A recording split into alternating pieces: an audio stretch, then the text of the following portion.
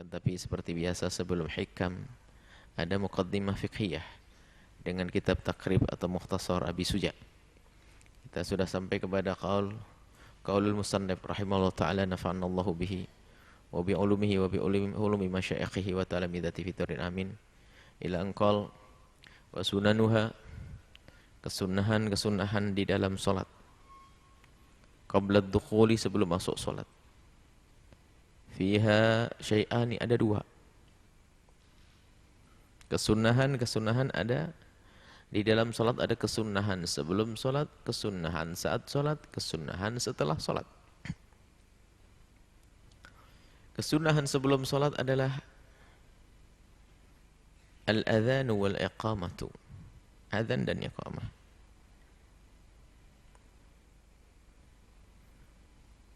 Adzan disunnahkan bagi kaum pria. Adapun iqamah pria dan wanita. Dan adzan hanya berlaku untuk solat fardu.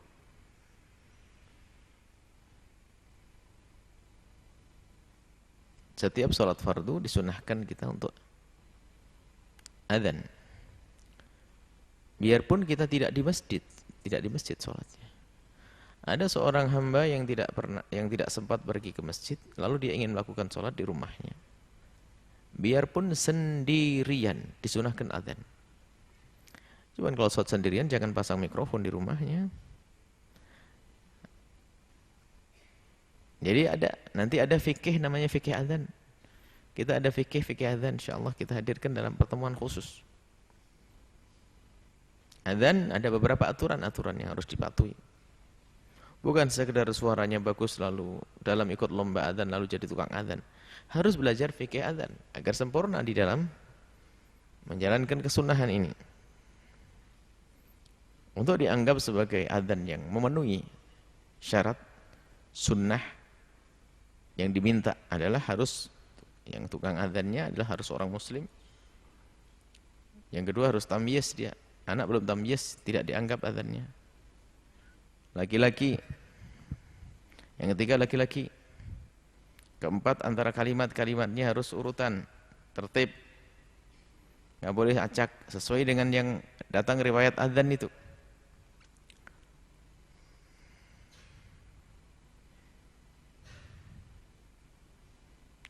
Mengangkat suara kalau memang untuk jamaah. Kalau sholat, kalau adzannya sendiri nggak perlu tinggi-tinggi, suaranya cukup Allahu Akbar, Allahu Akbar, Allahu Akbar, Allahu Akbar, asyhadu an la ilaha illallah, pelan, karena untuk sendiri. Tapi tetap disunnahkan. Ini sunnah yang jarang dilakukan. Kalau kita sholat fardu, biarpun kita sendiri, maka disunnahkan untuk melakukan adzan. Wanita tidak sunnahkan adzan. Nggak usah adzan wanita. Cukup iqamah. Adzannya cukup kaum laki-laki. Kemudian bagi tukang adzannya sendiri harus ada kesunahan-kesunahan. Disunahkan menghadap ke kiblat. Disunahkan dalam keadaan punya wudu. Disunahkan berdiri. Disunahkan menoleh ke kanan. Yang pertama dari hayya 'alas shalah. Baru hayya 'alas shalah, hayya 'alal falah, hayya 'alal falah. Sunnah.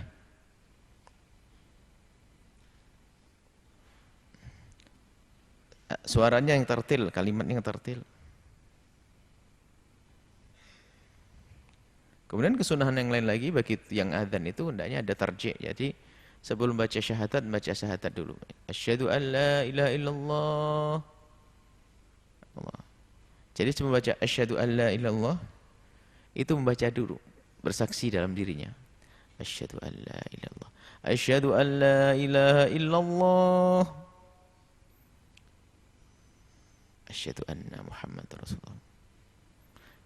Jadi sebelum mengangkat suara, ini sunnah.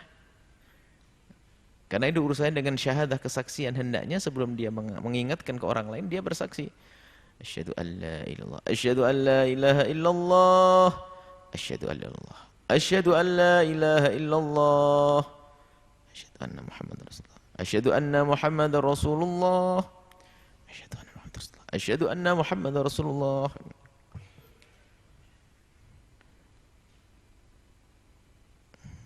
Kemudian juga apa kesunahan lagi? Adzan subuh. Ada tasfib. Salatu khairum minan naum. Salatu khairum minan naum. Dan dianjurkan tukang adzan ini harus dianjurkan, bukan harus. Suaranya yang lantang, yang merdu. Lantang dan merdu. Anda sautan, anda, ini suaranya juga enak disedap. Dan juga yang perlu diingatkan, diperhatikan, perhatikan matnya, jangan terlalu panjang. Ini biasanya adzan hasil lomba yang tidak dibekali ilmu qiraah, ilmu bacaan. Dia meliuk-liuk panjangnya sampai berapa menit. Jadi panjang berlebihan juga. Sebab nanti kalau adzan terlalu panjang, kita menjadi tidak dituntut untuk mendengar. Karena akan menyita waktu kita. Dan dia telah melanggar, karena terlalu panjang, meliuk-liuk. Kemana dia? Tanyakan qurra manapun, adakah mat sepanjang itu? Dia qari juga kan, bahkan gue ngerti tajwid juga, ngerti bacaan. Qari mana, qiraah mana yang memperkenankan mat sepanjang itu? Tidak panjang tapi bagus, bisa. Tidak panjang-panjang, bagus. Kalau panjang adalah sampai 6 harokat. Kalau sampai ada pendapat sampai 7 alif misalnya, 14 harokat. Paling tidak 14 harokat. Itu adalah pendapat yang lemah di dalam masalah qiraah, tapi bisa saja dipakai untuk keindahan inilah misalnya. Hayya 'alas shalah. Ini harokat. Kalau sampai 14 lebih panjang lagi. Tapi kalau sampai meliuk-liuk, sampai adzan itu hampir setengah jam. Sehingga anak yang mau belajar harus dengar tuh, bengong dulu. Kalau adzannya kepanjangan, sibuklah dengan kesibukanmu sendiri. Karena dia telah tidak sesuai dengan aturannya, maka kita pun tidak dituntut untuk mendengarnya karena kepanjangan. Ada lahan di dalamnya. Taib, ini saja insyaallah. Untuk adzan masih ada, insyaallah kita sambung masalah iqamah nanti. Setelah itu apa? Ba'da dukhulil waqti, nanti ada insyaallah kesunahan yang lainnya. Baik, ini masalah adzan. Dan kita ada catatan kecil tentang sunnah adzan, tentang fikih adzan. Dan itu adalah satu paket, fikih jamaah sama fikih adzan. Kita ingin yang kita tawarkan, dan Masya Allah itu sambutannya banyak, akan tapi kita sendiri yang terlambat di dalam mewujudkannya, untuk mengadakan pelatihan para imam-imam masjid dan para muadzin, tukang adzan, dengan fikih berjamaah dan fikih adzan. Ini dua satu paket. Jadi bagaimana imam berjamaah, kemudian kalau ada apa-apa dan sebagainya, itu bagaimana imam ini. Tukang adzan itu seperti apa? Maka ini perlu ilmu. Kalau tidak ada ilmunya, kurang sempurna. Baik, sampai di sini saja.